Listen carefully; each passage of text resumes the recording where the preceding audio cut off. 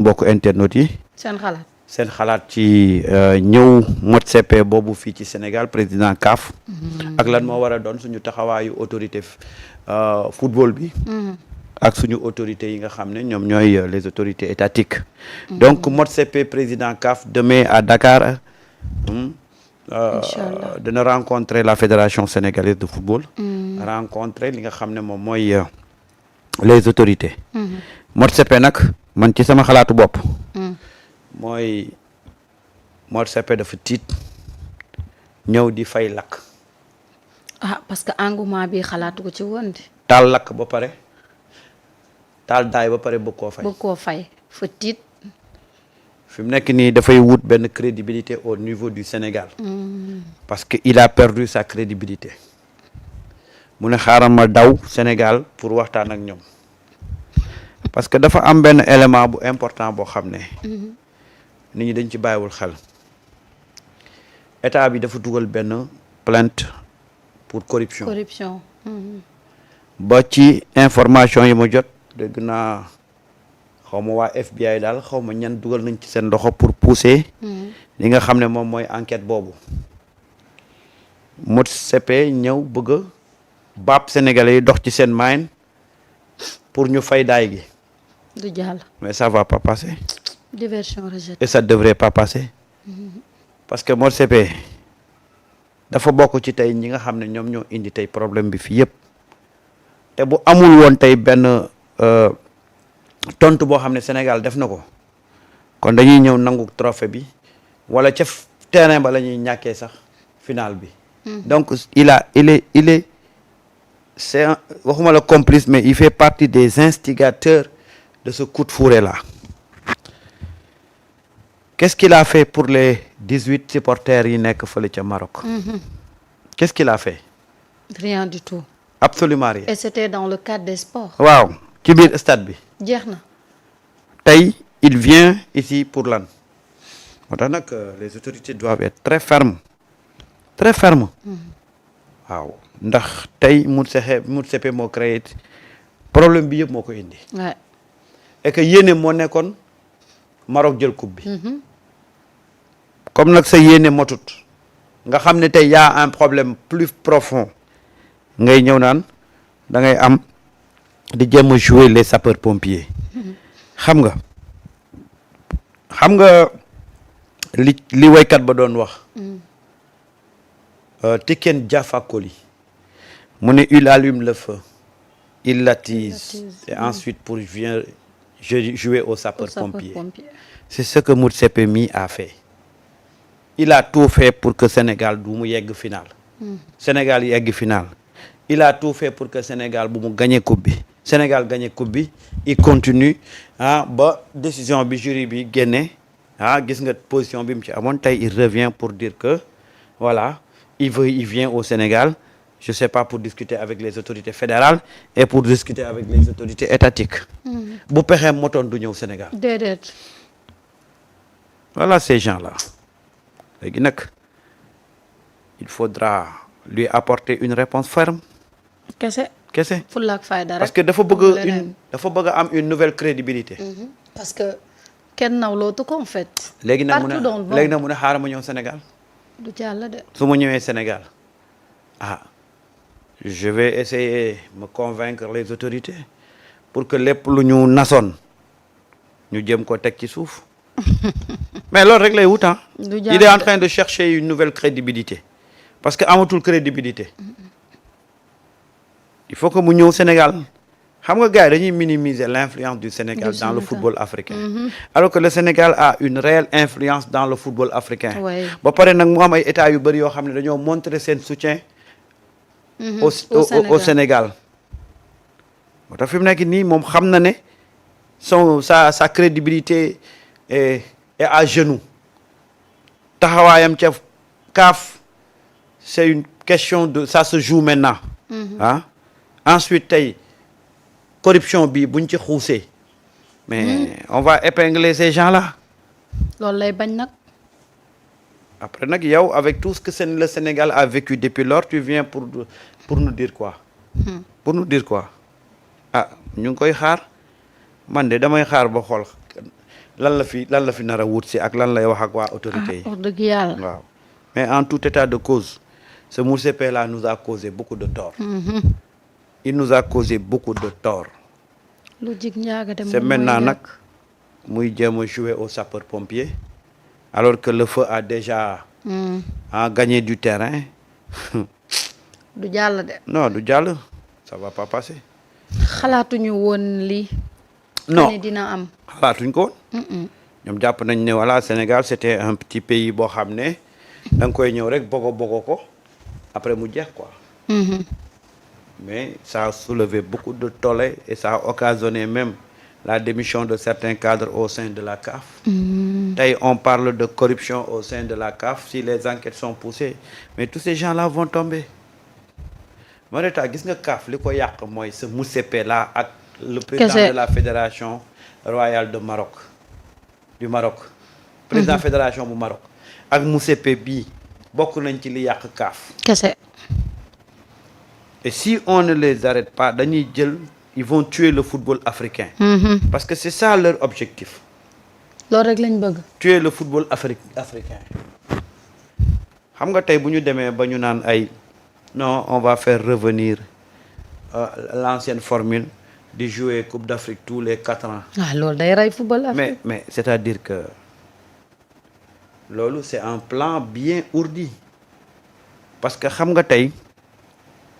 boo xoolee depuis un certain temps les binationaux dañuy dawal ci seen pays d'origine ñëw parce que dañ leen di wax ne bu ngeen nekkee fii mën nañ lay jël benn sélection nationale mën nañ leen jël par exemple quelqu'un en France ñu jël la benn sélection après bàyyi la dootoo fubalati xam nga loolu dal na ay sénégalais yu bari dal na doyen xam naa ne doyen Maye bi dina ko fàttaliku. dal na Ibrahima Ba Eusebio doomu Ibrahima Ba bu mag Ibrahima Ba boobu le jeune Ibrahima Ba il avait une nationale dañ ko sélectionné en équipe de France il était pétri de talent mais li mu joué bariwut. après ñu mettre ko au frigo joué na équipe nationale de France il peut plus maintenant venir jouer au Sénégal. Kalidou Koulibaly bi bu deful woon ndànk noonu lañ ko naroon def. léegi nag le fait que ñoom Kalidou Koulibaly ñoom Ibrahima Mbaye ñu investir ci ñoom beaucoup d'argent de formation ñu toog ba benn moment ñu ñëw football ci seen pays d'origine daf leen métti léegi nag dañuy créer CAN tous les 4 ans léegi yow da ngay nekk dans un dilemme. nga ne man bu mu bàyyee renoncer sama nationalité bi dem di football CAN boo moytul benn yoon laay football CAN parce que tous les 4 ans su ma ko fubalee benn yoon dootuma ko fubal bu ko defee nga ne sa xel pendant ce temps fii mën naa fubal coupe d'Europe mën naa fubal coupe du monde mën naa fubal coupe des nations loolu automatiquement da nga naan man bu ma nekkee fii laay gën a compétir kon lu tax may dem Afrique kon jaru may dem Afrique donc loolu lañ bëgg a freiner et imaginez yow CAN nga def ko tous les 4 ans boo gisee bu njëkk ba tous les 4 ans yi ko ci doon def. waaw bu joueur ba joué benn CAN rek deuxième CAN. mu dem retraite. mais depuis bi ñu ko defee changé ko. xoolal léegi quelqu'un comme Sadio Mané. ñaata CAN la joué. Sadio Mané presque mu ngi ci 4e CANam ou 5e. Idrissa Gana ñaata CAN la joué. tey bu ñu defoon tous les 4 ans. kon ñoom du ñu am autant de CAN. déedéet léegi nag loolu la ñu bëgg a daal di freiner bu ko defee engouement bi CAN doon am ak ni mu doon attirer ces africains là nga xam ne dañoo dem nekk en Europe football fa am nationalité am double nationalité léegi dañ leen bëgg a décourager. moo tax nag ñu bëgg a yàq CAN. et Motsepe mii bokk na ci ñu bëgg a yàq CAN. ba pare naan day ñëw fii. waaw. ñu ngi koy xaar. bu ñëwee il faut que suñu autorités yi wax ak ñoom doyen. ñu ngi lay ziar doyen nañ ko bàyyi mu noppalu am naa escalier yi la alors doyen ñu ngi koy nuyu bu baax am mbégte di bokk ak moom jotaay nuyu naa la. auzu billahi min shaytan rajim bismillahi rahmani rahim wa sallallahu ala rasulillah ñu ngi lay fay. waaw est-ce que léegi ma ci yéen xaw na ma waaw dafa escanté métti tuuti waaw. mais dama ñëw fekk Samba ci benn conversation ginnaaw bu ñu nuyoo internet yëpp di leen siyaare di leen baal àq ci koo gi di leen baal àq di leen ñaan yàlla dafa leen jàmm xewal ak sutura. amiin. mais gis nga waa ji ni day ñëw Sénégal. c'est pas le moment. du ñu dugal dans un contentieux nekk dans un cas contentieux mu mel na kuy ñëw di négocier si. waaw. c'est pas le cas. Ensuite lui en tant que le patron du football africain suñuy supporters yi nekk fële. dégg nga mu wax ci benn baat. déedéet. alors kon qu'est-ce qu'il vient faire chez nous. il devait être le patron de tout le football xam ni situation am na dans un terrain de football mu dem ba finir à la justice il devait soit mettre une pression ou aller négocier pour ñu libérer kii. defu ko la CAN pour 4 ans xam nga CAN da doon dissiper coupe d'Europe. coupe d'Europe dem na ba kenn di ko déggati. parce que la CAN moo ëpp doole. boole CAN boo seetee en Europe léegi les plus charrues mooy les Africains. Ouais. on venait les puiser en CAN. donc loolu yëpp boole ka ci ba pare bëgg ñu manquer compétition les pays africains parce qu'ils commencent à percer pour aller vers le mondial. Ouais. bientôt le mondial pour l'Afrique. donc c'est le moment de casser tout ça moo leen indi problème yooyu te du intention donc c'est l'Afrique qui doit refuser. comment un continent peut rester pendant 4 ans pour organiser benn rencontre ça c'est impensable. donc loolu la am lu ñu ciy wax ba lañuy jëm ci leneen. ba pare nag dañ ci teg xam nga ñoom boo xoolee seen équipe yi surtout boo demee équipe yu mel ni équipe championnat de France. presque boo jëlee 11 joueurs les 9 c'est des Africains. bu Coupe d'Afrique bi jotee ba ñoo ñu regagner seen équipe nationale daanaka ñoom équipe yu ci bari dañuy daanu seen championnat daanu. loolu da leen di métti parce que boo xoolee par exemple ay championnat yu mel ni France. gisoo période CAN bi. waaw da ngay gis Liga bi yëpp dafay down parce que joueurs yëpp dañuy dem surtout en France. oui même da nga koy gis sax ci. mais démb da ngay xool démb Monaco. oui. Monaco quand tu prends les Africains. kenn desatu fa lan mooy desati Monaco. dara desatu fa. nga dem ci yeneen équipe yi ay Rennes ay Nice ay kii ça veut dire loolu da leen bokk ci li leen gën a métti le fait que ñuy libérer les joueurs. même Paris boo fa génnee africain yi li fay des du bëri. waaw xam nga ah da ngay gis équipe yooyu bu seen joueurs yi demee mais équipe yi dañuy daaw.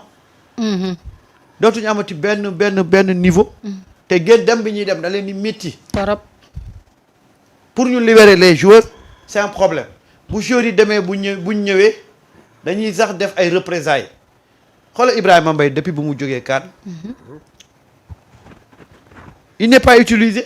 mais il a fallu que sa performance sur les 2 derniers matchs de l'équipe nationale. Ouais. pour que le gars soo koy bàyyi xel ci moom. commencé di ci wax. mais c'est toujours comme ça c'est les Africains qui doivent refuser et ne pas accepter ces choses-là. Le gars là s'il n'est pas capable de diriger le football africain il n'a qu'à dégager prêter la place à quelqu'un d'autre qui peut le faire. ñun en Afrique nous ne voulons pas d'une CAN de 4 ans. CAN daal 2 ans maximum. doy na ci sax. merci Samba nee na fii ñoom seen doom yi